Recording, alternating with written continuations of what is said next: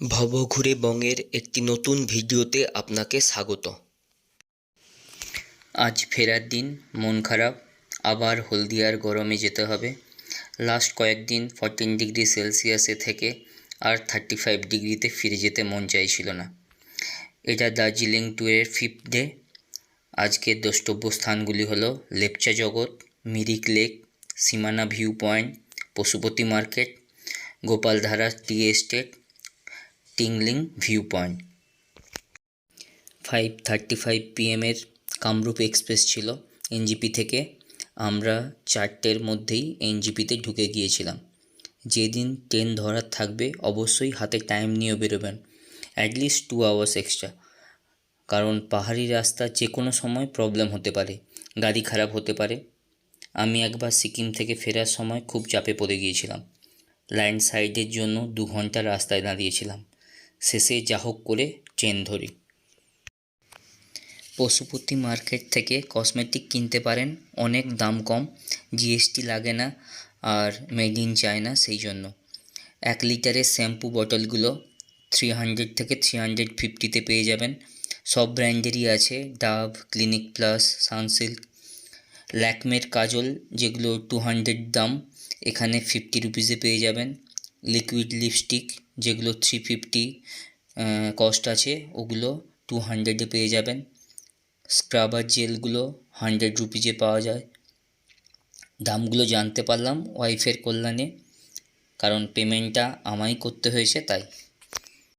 Mirik lake আর গার্ডেনের entry fee 20 টাকা করে। যদিও বাগানটি পরিচর্যার অভাব রয়েছে, অনেক জায়গায় ঝর্ণাগুলো কাজ করছিল না, তবে অনেকটা সময় কাটানো যায় অনেকটা জায়গা জুড়ে। এক পাশে পাইন জঙ্গলের সারি, অন্যদিকে সাজানো গোছানো বাগান।